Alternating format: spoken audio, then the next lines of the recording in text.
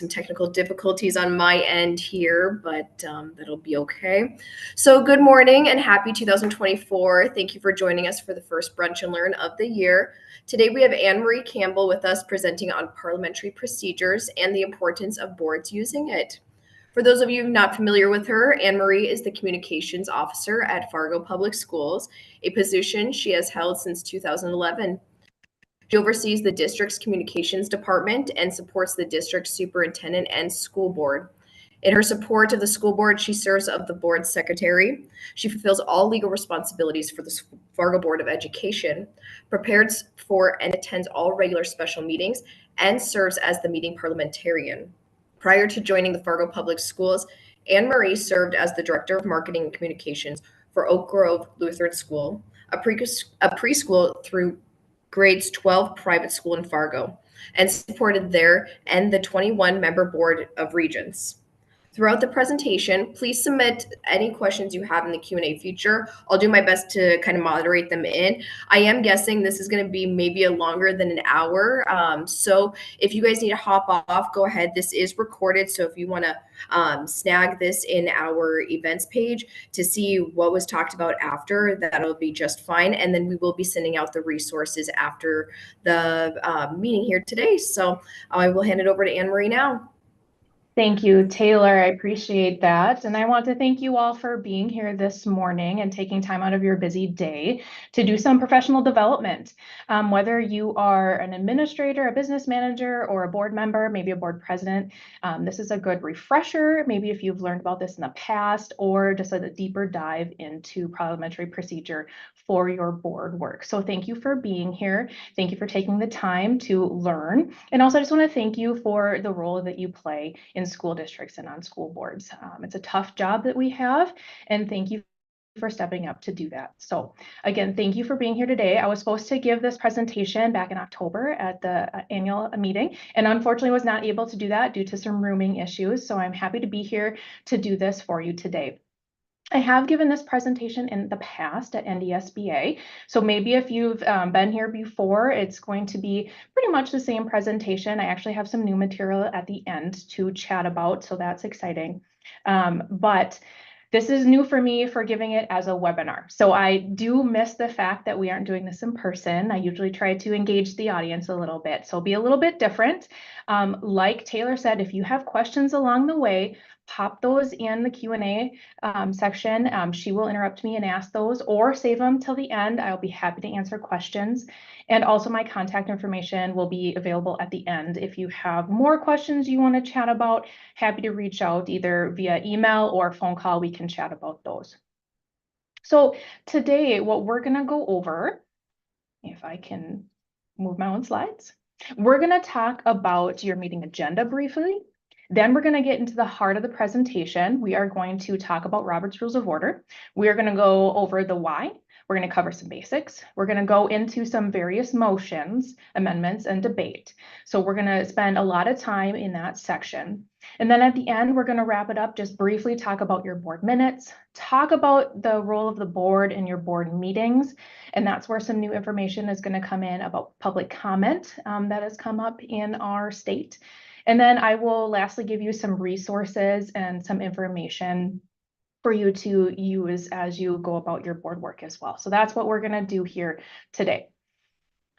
So as they say, if you cite your sources, it's not plagiarism, right? So here on the screen are all of the resources that came into play into this presentation, okay? So using Robert's Rules of Order, the newest edition, a lot of the information in this presentation is straight out of Robert's Rules of Order, the book. And then some other resources for Robert's Rules of Order. This presentation also brings in Century Code, some AG opinions, and things of that nature. So that is all of the information that brought this presentation together. So we're going to chat real briefly about Robert's Rules of Order, kind of the background of this parliamentary procedure. The book is currently in its 12th edition. It was written by General Henry M. Robert in 1876. He was a brigadier general in the U.S. Army and a distinguished engineer. He wanted to create a little booklet to help meeting participants and have meetings go smoothly. He thought his first edition would be about 50 pages in length, and it ended up being about 176 pages in the end. He helped with the second through fourth editions, the rewrites of Robert's Rules of Order. Then his daughter came along, Sarah Corbin Robert, and helped with the additional revisions. His grandson came along and helped his mother in 1970 with the complete rewrite, the seventh edition. The 11th edition was published in 2011. That edition was 669 pages long. So as you can see, as we've went along in time, there's been more information and more procedures added. And then the 12th edition came out in 2020. Here's the 11th edition. This one was 669 pages. The newest one is 714. Okay, this edition, between these two, the differences between more clarification in the newest version, new tables, information on electronic meetings, and they also repaginated and how they reference things in this version. Okay, so we're in the 12th edition. And what is Robert's Rules of Order? It provides for the rules of order for boards and collective bodies. Okay, it's kind of the rules of the game, so we're all operating with the same rules. So why use it? Well, it provides for common body of rules for a group that are having a meeting and how you decide on your actions. It allows for large or small organizations to work through the most amount of items in the least amount of time. And it allows for meetings to go smoothly. It allows for meetings to go smoothly when people are in agreement or when decisions are bitterly contested, okay? So it allows for everyone to have the same rules of the game as you go through your meeting. And now we just want to pause for a second and talk about the interrelation between Robert's Rules of Order, maybe your board policies, and then Century Code. So most boards have adopted Robert's Rules of Order for the procedures for their meeting, which is great. You also might have your school district or school board policies, and per Robert's Rules of Order, Robert's Rules of Order is kind of the rules of the game unless a board or body has adopted their own policy or procedure, okay? So you have Robert's Rules of Order, your board policies lay on top of that, but the one that trumps everything is Century Code, right? We have to keep our eyes on that. That is what rules everything. So if there's a state law on something, whether your board policy or Robert's Rules of Order says something, state law is what wins, okay? And that comes into play in a few things as we go along here. So let's just quickly chat about a meeting agenda. In Robert's Rules of Order, they have a sample agenda. I'm sure all of you here who are on the board or work for the school district have your agenda set, but I have on the screen there what they have as a sample agenda in Robert's Rules of Order. And then just want to note that per Robert's Rules of Order, after an agenda has been adopted by the assembly, no change can be made in it except for a 2/3 vote, a vote of the majority of the entire membership, or by unanimous consent. So once you adopt your agenda for the evening or that meeting, that's the rules of the game. That's what you're going to go through. And now we're just going to chat about that state law that comes into play, right? So we have our North Dakota Century Code 44-04, our open meetings and open records laws, and then the AG came out with interpretations of that. So for our public bodies, we must public notice our meetings, and in that public notice, you must include, at a minimum, the date, the time, location of the meeting, the agenda topics that you plan to address. All right, those things have to go out in advance. Your regular board meetings those agendas may be altered at the time of the meeting that evening, or maybe you meet in the morning. You can alter that agenda that day for regular meetings only. Special or emergency meetings, you cannot. You can only alter regular meeting agendas, and that's by Century Code. Also, if you plan to have an executive session, that must be noticed in advance. And you must put on the agenda, you must notice what exemption is in Century Code that allows you to go into that executive session. So you don't forget that. Now, back to altering that agenda. By state law, you can. Now, NDSBA and the national organization would really caution you in that. And why is that? If you haven't noticed it in advance that you're going to talk about a subject, adjusting your agenda that night doesn't allow for the public to know you're going to talk about that. Maybe meeting materials be out in advance. Your board members, your colleagues don't know you're going to talk about that. So it's just not the best idea to alter your meeting agenda the night of. You can, but it's not always a good idea. I just threw in this presentation as well, the Fargo Public School Board example agenda. This is in their board policy GP2E. They specify their regular meeting agenda and how that is going to go. So just wanted to throw that in there in case you wanted to look at that. All right, I'm gonna grab a slug of water before we get into it. We have a lot to cover in a short amount of time. I can usually get through this in 45 minutes, and it's a lot of information at once. Obviously, this is a big book, right? You can see that my book is well loved. There's a lot of information. This presentation is going to go through the basics. I'll get into some motions, the most used motions, I would say, and what I've seen boards use the most. So we're going to get into it. So the basic principles of Robert's Rules of Order is that you're discussing one thing at a time. Okay, you have one topic before you at a time, and your discussions must be germane to that pending motion. You must be on topic when you're chatting about that. Everyone in the meeting is equal, including the president. Okay, everybody's vote matters, and it matters the same amount. The individual is secretary to the board as a whole, right? You are trying to make a decision as a group, not just an individual person. Silence implies consent. This is important, and why? If you never speak up during discussion on a particular matter, and then you vote not in favor of that motion, people are going to wonder why, because you never stated why you were opposing that matter, right? So silence implies consent. The purpose of a meeting is to determine the will of the majority while protecting the rights of the minority. Okay, so it majority rules, and that's how we come to our decision. The board president is the chair, if you will, and presides over the meeting. Then there is a secretary, records the minutes of the meeting.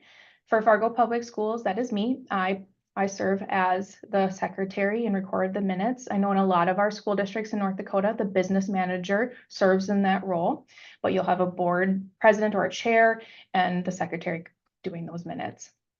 A quorum must be present to conduct your business. For the Fargo Public Schools, we're a large board. We have 9 members. So we must have 5 members at any one meeting to do any work of the board. And if any time you go below a quorum at your meeting, it's not that you have to stop meeting, but you have to stop taking any action because you don't have enough members to do that. And then another basic principle is that simple majority rules, usually. Okay, there are some motions that need more than that, and we'll touch on that as we go along. So let's get into motions. A motion is a formal proposal by a member in a meeting that the group takes a certain action. Okay, it brings a topic before the board to make a decision. You may only have one main motion on the floor at any one time. Now we're going to go through the basics of adopting a motion, and you can boil it down to 6 simple steps. And it's more complicated than that, but this is the simplest version of adopting a motion. First, someone makes a motion. Someone seconds that motion. And if you don't get a second, it fails due to lack of second, right? The chair states the question again. And the third step here is important, and we'll get into why, but this part is important. Then you debate, then you vote, and an important caveat per Century Code 44-04-21, you must take a roll call vote on all procedural votes. So if your board is not taking a roll call vote in your business section, you should be by state law. Also, the Attorney General recently came out with an opinion that you also should be taking a roll call vote anytime you go into executive session. If you want that opinion number, email me, I can get that to you. So you should be taking a roll call vote on all non-procedural votes by Century Code. And then lastly, the chair announces the vote. Okay, so that's the The quickest way to look at adopting a motion. So let's go into that. How does that start? Someone obtains the floor, you raise your hand, right? And you say, I move that. And then you clearly state your motion.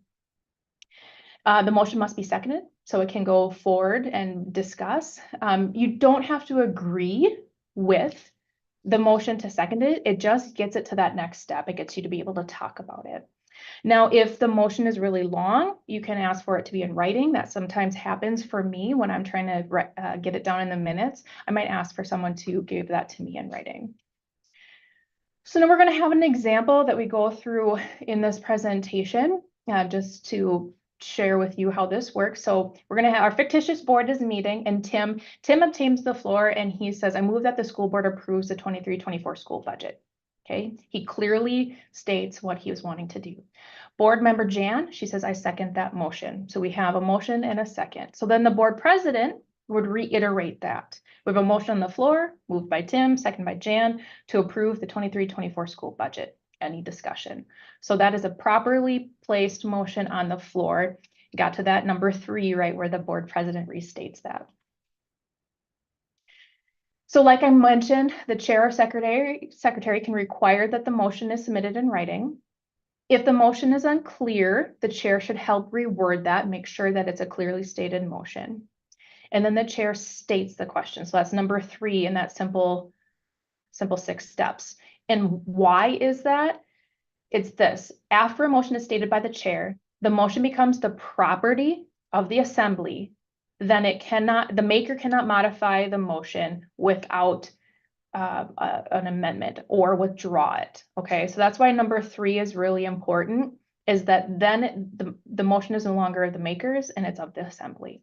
Then the motion needs to be debated and acted upon. So until the chair restates it, the maker of the motion can withdraw it. But after that, then they can't without going through proper procedure, okay? A motion then would need to be amended or voted upon. Then we go into debate. Once the motion is on the floor, the president should turn to the maker of the motion because they have the right to speak first by Robert's Rules of Order. Anybody else who wants to speak should obtain the floor. Per Robert's Rules of Order, in large bodies, to obtain the floor, you physically stand up and you speak standing up. That's not what happens in small bodies, right? You don't have board members standing up by their chair in discussion. So you just raise your hand and get the floor to speak. A board president, if there's lots of people who want to speak, should start a list of who has asked to speak and in what order, and then call upon them as such. The debate must be confined to the merits of the pending question. It must be germane. You must keep on topic, right? You can't start talking about something else. And in your debate, you should not attack each other, but you should be talking about the merits of the motion and whether or not to pass that. During debate, secondary motions can be made. Then the chair puts the question, right? You then ask for a vote. Then you'll vote, again, taking those roll call votes, and then you announce the vote. And some motions aren't debatable, and I'll note that later in a chart. So I have some what if questions along the way here. So what if we have discussed long enough? Sometimes in a meeting, you can go round and round and round. Sometimes you're beating that proverbial dead horse and you're just needing to wrap it up. What do you do? Well, there's 2 options. You can limit or extend debate, or you can move previous question. Honestly, I've never seen anybody do the first one. What that one is, you either are setting a specific time to wrap up that discussion. Oh, by 7:30, we're going to end this and we're going to take a vote, or maybe we're going to discuss this for 10 more minutes. So you can do a motion in that way, or you can use the motion previous question. So what is that? Someone obtains the floor and says, I move previous question. Sometimes people just say, I call the question. Technically, that's not perfect by Robert's Rules of Order. You should say, I move previous question. What does it do? It will end that debate immediately if it passes. You'll go immediately to a vote. You must get a second. It is not debatable. So if it's moved and seconded, then you go right to a vote. It does require a 2/3 majority to pass, so you need a supermajority. And if it's passed, then you immediately take a vote on the motion that you were talking about, okay? This is a really good tool in the tool belt to have, because again, sometimes you can just be talking and talking and talking and not get anywhere, and it's good to wrap it up and take a vote. But it also can be a hostile motion. And I've seen it used both ways. Sometimes it's good just to use to wrap it up, but also sometimes board members can use it to maybe minimize another board member, kind of shut them up, so to speak, right? So it can be hostile, but it is a good tool in the tool belt to use. So if it's not something that your board has used, note that it is something that is allowable and can be used. So another what if you need to change a motion? In the discussion, you have realized that, oof, this motion isn't quite right. Then you would want to make an amendment, right? So an amendment modifies the wording of the motion, sometimes the meaning, but you're modifying the words of a motion. You need to make sure that the modifications still make that motion germane. You're not supposed to add any new subject. But by definition, what is bolded there? Amendments are to make word changes. You are to insert or add words, strike words, or both. Okay, that is the proper way to make an amendment. As the Fargo Public Schools Board Secretary, I've become quite stingy on that, pretty particular, because sometimes people want to make something different with an amendment, but it is to insert words, add words, strike words, or both. And when you're making that motion, that amendment, you need to be specific on what you are wanting to add or strike and where. Now, one little caveat I like to just talk about, when I first started with the Fargo Public School Board, they love to make friendly amendments, which was not to go through the proper amendment, just like, oh, in discussion, we decided, oh, it'd be better if this motion read this way. In Robert's Rules of Order, there are no friendly amendments. You need to go through that proper procedure. Taylor, did we have a question? We do, Anne Marie. What do you what do you consider non-procedural votes, and Yep. can approving agenda and approving consent agenda be a voice vote? Yeah, great question. Yes, and I believe NDSBA would agree as this, at least for Fargo Public Schools, approval of the agenda and consent agenda, those would be non-procedural, and so we don't do voice votes for that, but everything else we do. And actually that recent opinion by the Attorney General had changed what we do for executive session. Before, we hadn't been doing a roll call vote for executive session, so that was something new for us. So yes, I would agree with that all your business items, but some of those basics of approval of the agenda, consent agenda would be just, non-procedural. All right, thank you. You're welcome. Okay, so going back, we're talking about amendments and going back to our example. So we had that motion on the floor about approving the budget. In the discussion, board member Beth decided that she would like to make an amendment, and she properly does that amendment with saying, strike the word school budget and insert the words general fund budget after 23-24. So an amendment must be seconded. It takes precedence over the discussion of that main motion, okay? So then once it's on the floor, you stop talking about the main motion and you're only talking about the amendment, okay? It's a debatable, whenever the motion is a debatable, but you must confine your debate to that amendment. You're no longer talking about the main motion, just the amendment. You can apply previous question or limiting debate to that amendment, and it only affects that amendment, not the main motion. You must have a majority vote to pass, and it can be reconsidered. And we'll talk about reconsideration in a moment. The adoption of the amendment does not adopt the main motion. It just changes that motion that you're talking about. If that motion is not, a motion to amend is not approved, it leaves that previous motion on the floor, just as the way it was stated prior. And the way you vote on an amendment does not tie you to how you vote on the main motion. You're just voting on that amendment. And then after the amendment is adopted, you're back to you're debating that main motion as it was amended. okay? And you can keep talking about it, you can keep amending it, but in the end, you have to take a vote on the motion as amended. And we're gonna kind of deep dive into that. So Beth had made the motion to amend. Jan comes along and seconds it again. She likes to make that second. And then the board president restates that again, just like in that first main motion, right? We restate it. Any discussion on that amendment? Okay, now you can amend an amendment, okay? You can have the first amendment and you can have the second amendment. It's called the secondary amendment, but that's as far as you can go. There's no tertiary amendment, all right? You cannot go deeper than that. And I will tell you, this gets confusing enough if you have ever done this, but you have to vote. You can then add more secondary amendments, but this is how deep you can go. You can only amend an amendment. You can have no more than one primary amendment and one secondary amendment at one time. And there is something called the settled rule. So if you had an amendment and didn't pass, and somebody also wants to keep on bringing the same thing back up again, that is not in order. Once you've settled on something, you can't keep bringing the same thing up. It's called the settled rule in Robert's Rules of Order. Did we have a quick question there, Taylor? We have two, and we're going to go back to consent agenda for both of them. So what is the difference between an agenda and a consent agenda?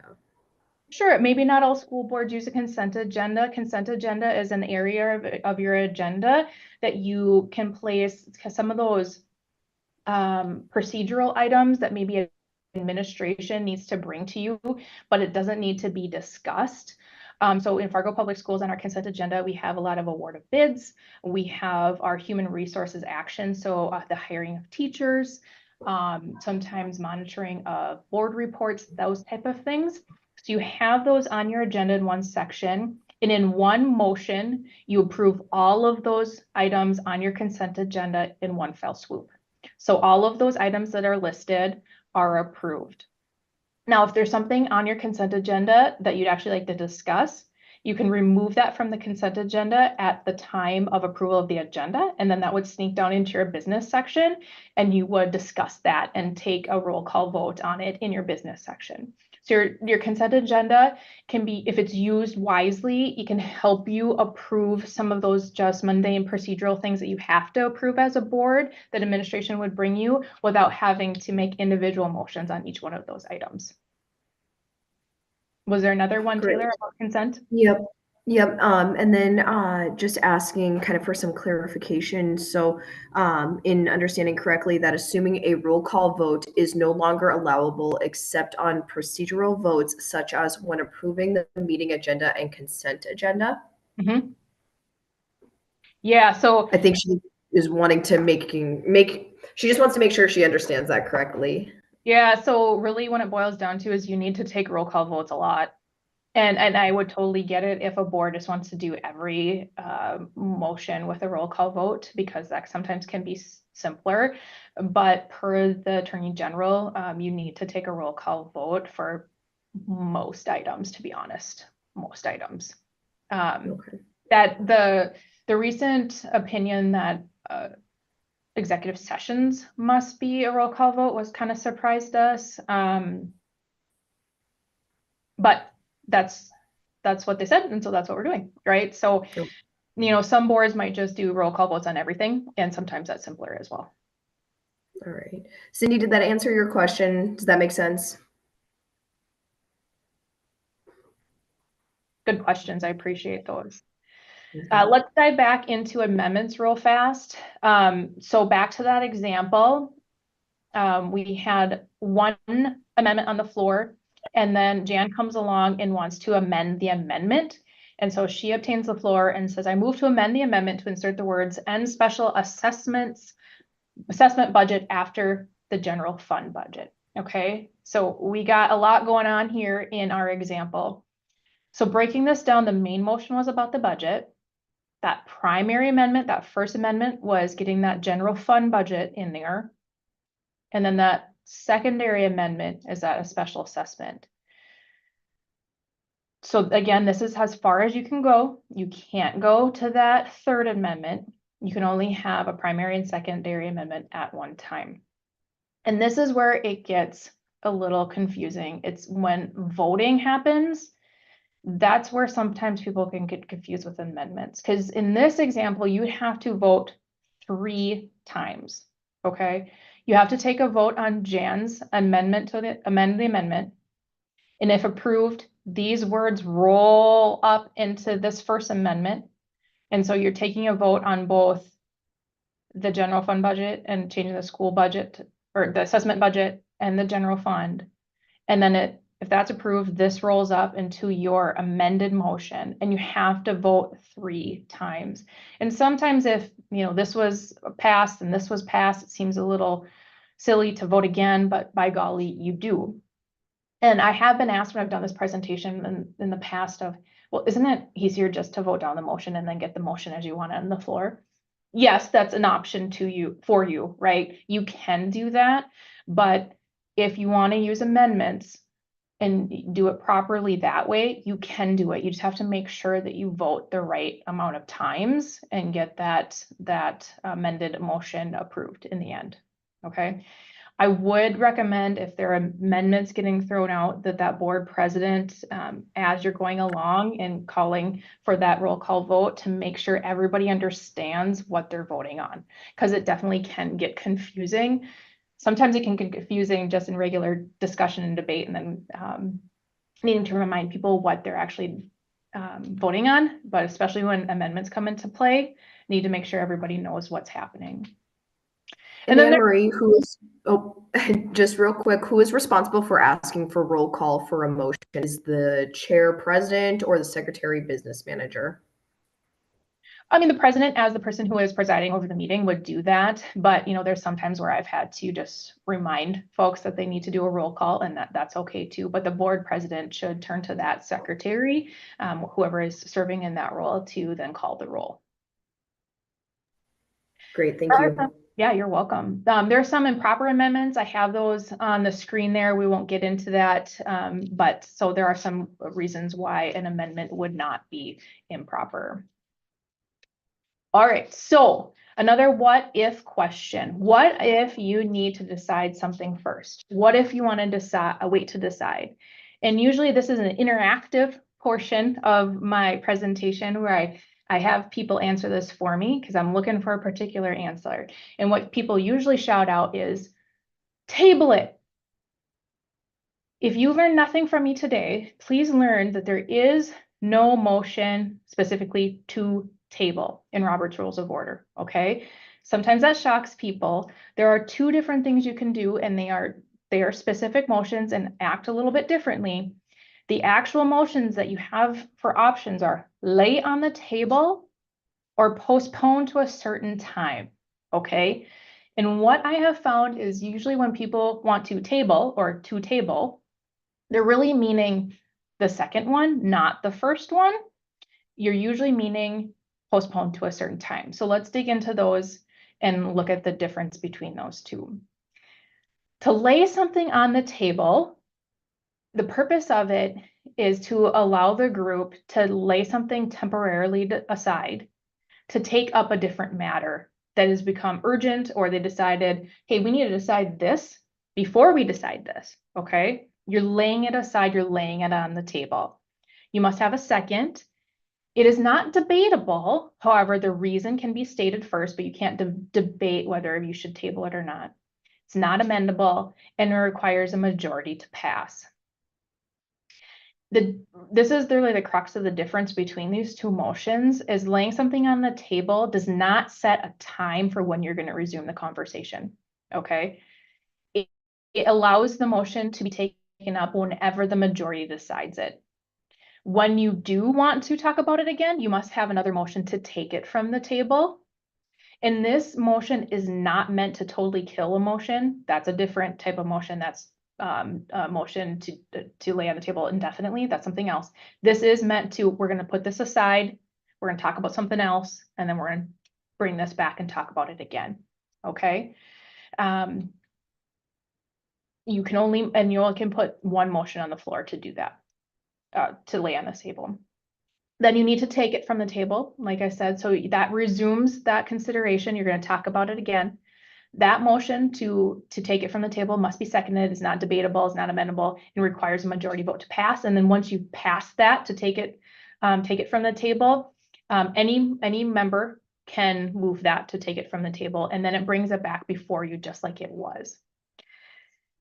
What people usually mean when they say to table something is to put off consideration till a time certain, and a time of either a later time or a later meeting named in a motion, okay?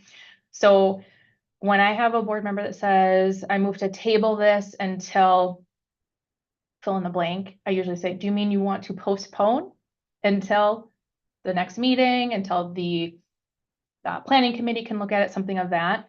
It's postpone, not table, okay? It must be seconded. It is debatable, but you're really supposed to be talking about the merits of postponing it, not the motion again, just postponing it. You can amend it only to the time of postponement, right? And then it requires a majority to pass. So again, just want to hit this one home. You're usually probably wanting to postpone to a certain time and not table something, to table. So what if you want to undo something that you did? Okay, there's two options on that as well. You can reconsider something, or you can rescind or amend something previously adopted. They're similar, but they have some specifics to each one of those. So we're going to go over those quick. The motion to reconsider allows your board, your body, to bring back something before you within a certain time without notice. It is to correct hasty or ill-advised actions, or take into account some new information. So in a meeting, say you make a decision, and then maybe administration gives you some more information. You're like, ooh, we made the wrong decision there. We should reconsider what action we just did. There's some specifics for reconsider. So reconsider only can be made, that motion can only be made by somebody who voted in the prevailing side. So that's caveat number one. You must have a second. It can be seconded by anybody. It doesn't matter how that person voted. It's not amendable, is debatable, requires a majority to pass. And if it's passed, it brings forth that motion back before you just as it was when you voted on it. The other caveat of reconsider, there's limited in time period. It must be brought back in that same day or during that same meeting that you took the original vote, okay? There's a listing on the screen of what motions it can and can't be applied to. So some information there on that if you want to get into particulars. Then the other option before you would be to rescind or amend something previously adopted, and that has some different specifics. So again, you're changing your previous action. It's a motion by which a previous action or order can be canceled or countermanded. And that is, if you're going to rescind it, you're going to strike out that entire motion that you had made, or if you're amending it, you're going back and changing part of that motion. It requires a second, is debatable, is amendable. Now here's the caveats of rescind or amend. It requires a 2/3 majority to pass without prior notice. So if nobody in the body knew that somebody was going to bring back that motion to rescind or amend, you have to have a supermajority. But it only requires a majority vote if there was given prior notice. So if you as a board member tell your colleagues at a meeting, the meeting prior, hey, I'm going to bring back a motion next time. We're going to bring that back to a rescind and talk about that again. Then you would only need a majority for it to pass. There's no time limit on rescind or amend. So it's not subject to that time specification. And it can be moved by any member regardless of the way they've previously voted. So this operates a little bit differently. The Fargo School Board has done this a couple times in my time, for an example of telling you how this has occurred in real life. Many years ago, the Fargo School Board voted earlier in January to give themselves a compensation raise that would go into effect the next school year. And then in May, they decided, as they were doing budgeting, maybe that's not the best idea. So they went back and rescinded that previous action. They rescinded that pay raise and kept their pay at the same level. And then just a couple years ago, the board had approved to start saying the Pledge of Allegiance at their board meetings. A couple months later, rescinded that action, stopped doing that, and then ended up in the end bringing that back. But that again was an example of when they used that motion to rescind. On the screen is a couple of reasons that something can't be rescinded, and really at the end of the day, if something can't be undone, right? If you can't undo your did, then obviously you can't rescind that. So again, the differences between the two are motion to rescind does not need to be made by the member of the prevailing side, and it's not subject to that same time limit. And we have gotten through the crux of Robert's Rules of Order portion of this presentation. It's a lot of information to take at once, and that's just kind of the basics. So we're going to finish up with a couple other things, but I think I might have heard Taylor again. So do we have another question? Yeah. Before we head on to minutes, one quick question. Do you have to set a specific time that will be brought back when postponing a motion? Yeah.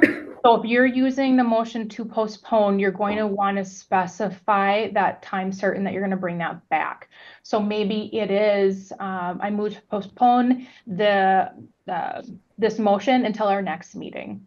I move to postpone until the planning committee can review this and bring us back a recommendation. I move to postpone and be specific on when that would be. So yes, that is how that motion needs to be used. You need to specify the time that it will come back. Okay. Yep. Thank you. Any others in the hopper? Looks like that's it. Anyone else on what we've gone over so far before we hop on to minutes? We're doing good on time too. So let's hop into minutes. Just a quick reminder, I'm sure you all know this, but per both Robert's Rules of Order and adding in some century code, your minutes include the date, time, and place of the meeting, who was present, the list of topics that you covered, all motions made, if they were seconded, and the results of those votes, okay, and including those roll call votes.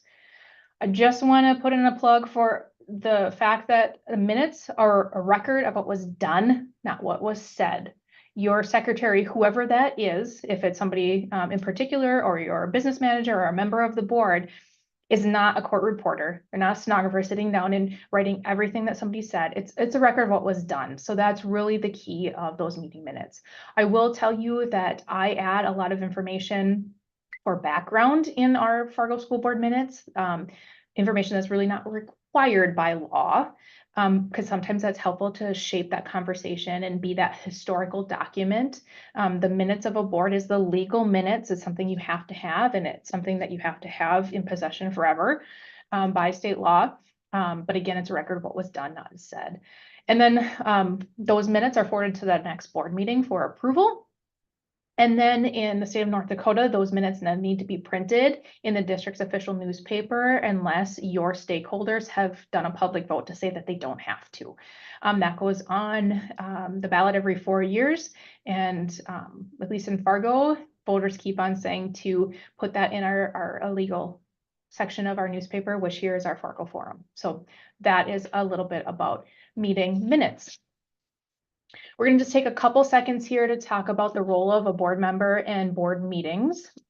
Just as a reminder, and this is things that you probably already know or went over in your new member seminar with NDSBA. You have the powers per North Dakota Century Code 15.1-09. Okay, you hire a superintendent, you set that budget, you set policy as a board member. You must meet publicly per Century Code 44-04, right? Our open meetings and open records law. It is a business meeting held in the public. You can allow the public to comment at your meetings, but it is not a public forum. It is your business meeting that is held in public. And there is a difference between those two things, right? Your meetings are you getting together to do your work, to do the district's business. And then the board is supposed to be focused on governance versus operational items.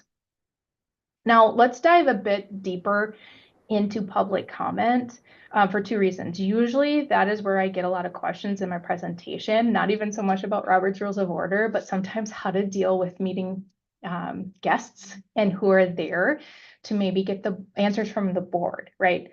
That's not necessarily what you're there for. You're there to conduct your business. But of course, the public is very interested in the work that you do. I have seen in the last couple years, something happened or has happened in the state. I know it's happened in Bismarck. It tried to happen at one of our school board meetings this summer, and we put a stop to it. And I want to just dive deep into that for a moment, in case it's come up for you all as well. And I have 3 slides on this, and the information on the slides are very specific. I'll go over at a high level.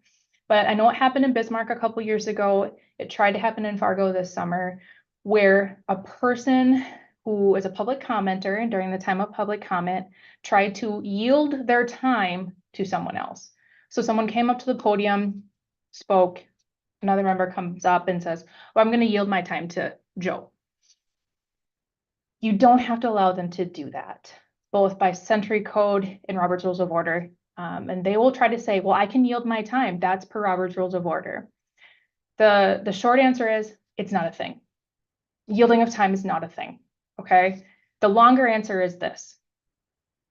Per open meeting laws, the meetings of a board are business meetings held in the public. It means the public can attend and observe, but they have no right to participate.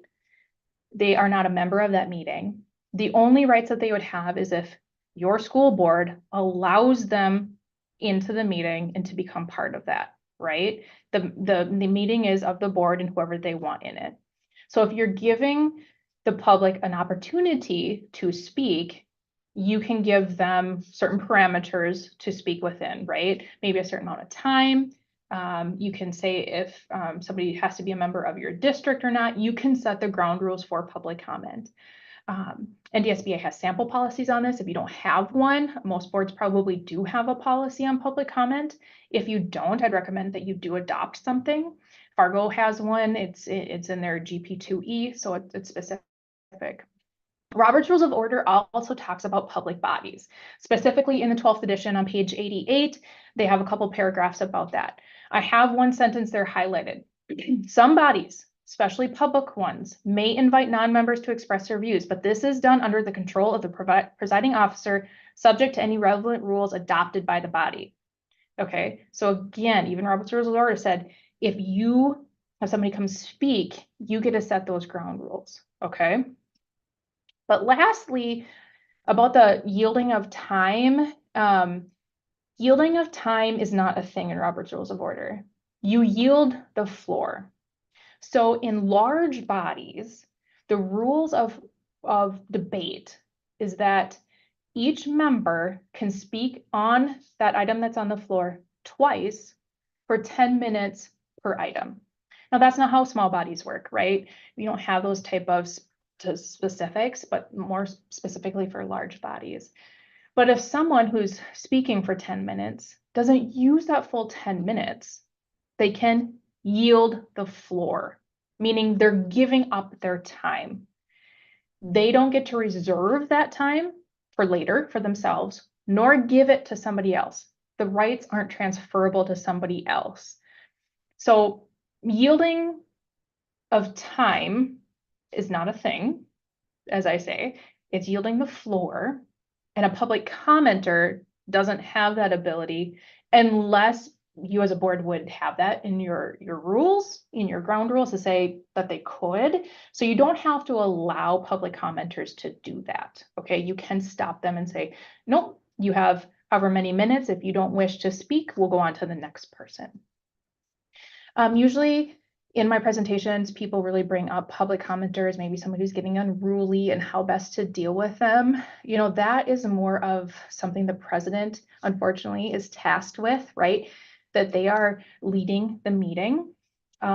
So it is best, it'd be recommended to have good proper procedures, have those ground rules written for your public commenters, set a time limit, tell them what they maybe can or cannot talk about, things of that nature, and read that before each time period.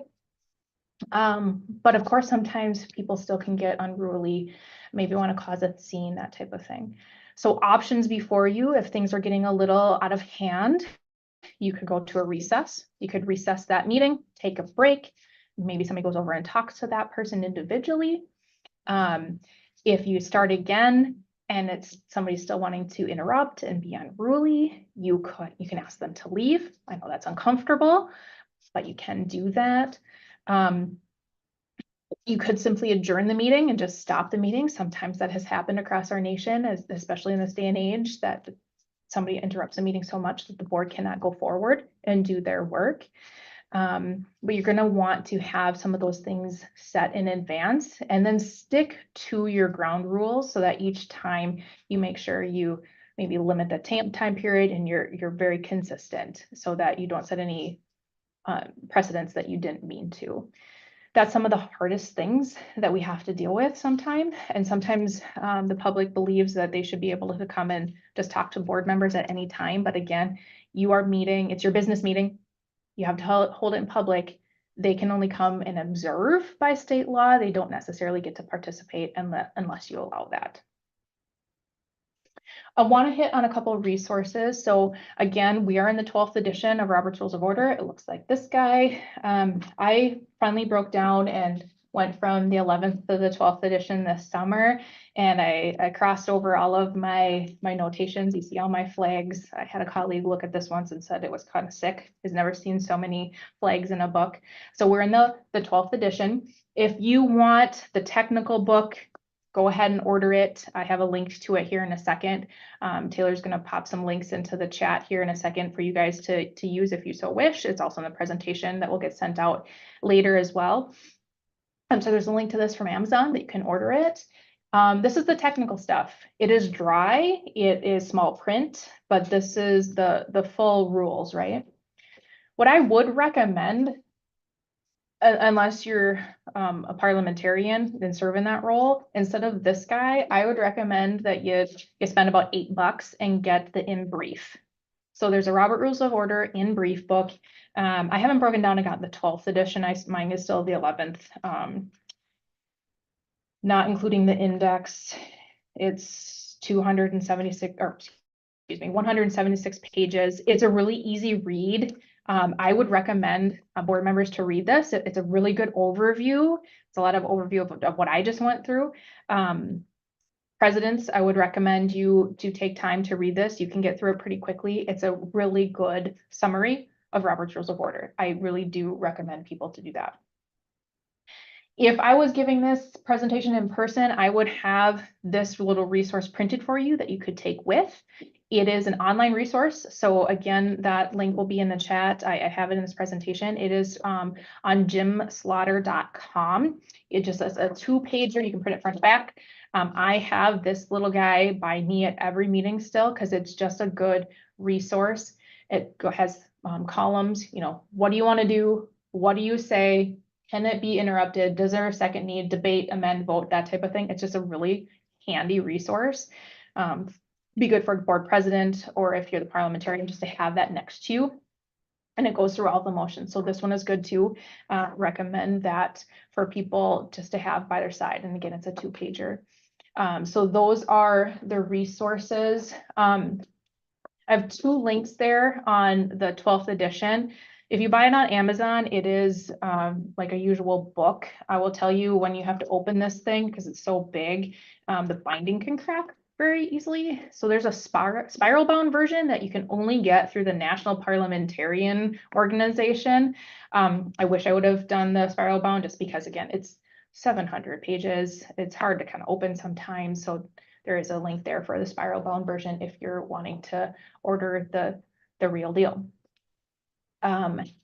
And then I will stand for any questions. If we have any, that's great. If we don't, that's okay too. But again, free to reach out to me at any point in time as well. We have a couple, so we'll go back to, let's see. A little bit of a clarification question. So needing clarification on time limit on rescinding is confusing. For example, a board taking action on a topic that was last acted on 3 years ago. Is it rescinded or just a new motion? I think that's a great question. And I'd almost want an example of what you're talking about, because depending upon the situation, it could be either, right? So Mhm. And this comes up time to time too. Is it just a new motion or is it rescind? I'd probably want to chat more about what the action is or was to decide what's best to do that. It might just be a new motion, right? Because no board can tie the hands of a future board, right? So a future board needs to be able to make decisions as well. So we'd want to talk through that a little bit depending upon what the situation is. It might just be a new motion. I know that's not really specific, but we'd want to look into what that situation is. Yeah. No, I think that makes sense for sure. Okay.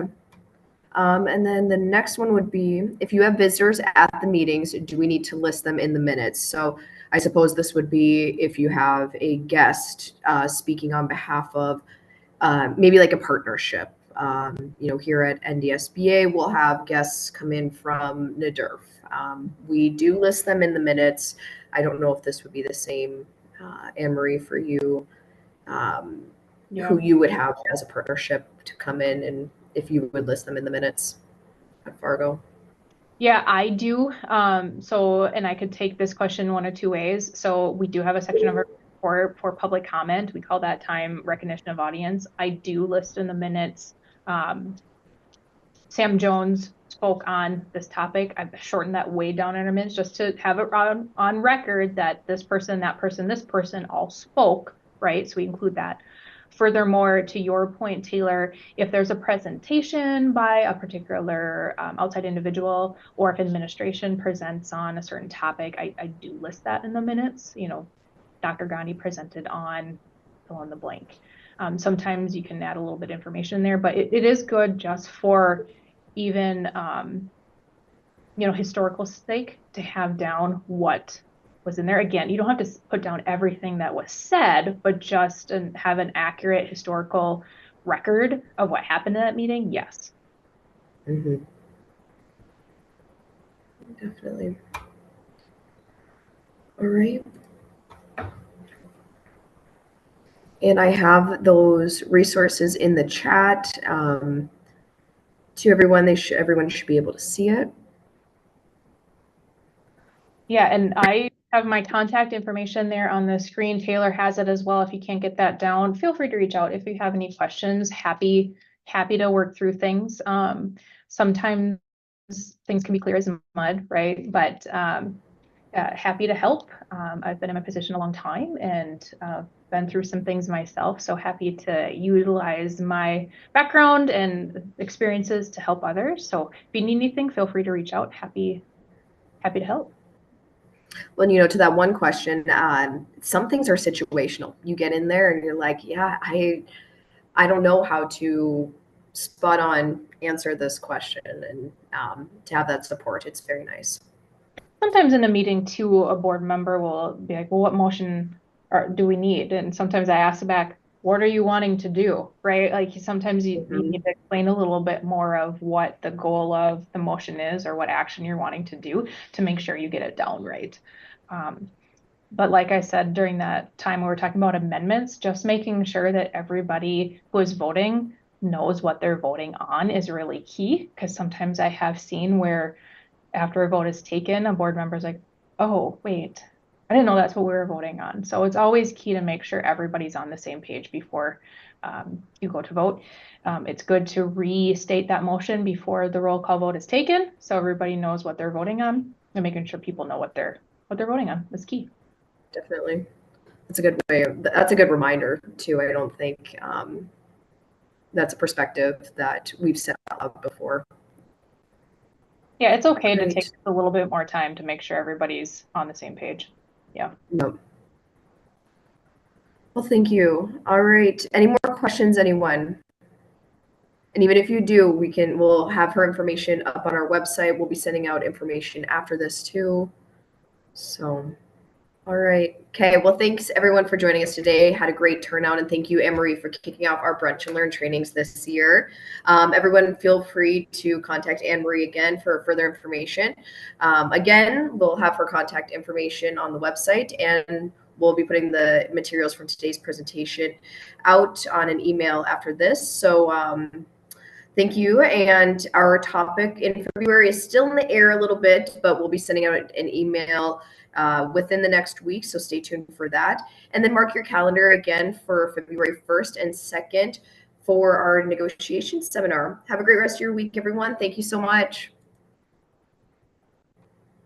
Thanks, Anne Marie.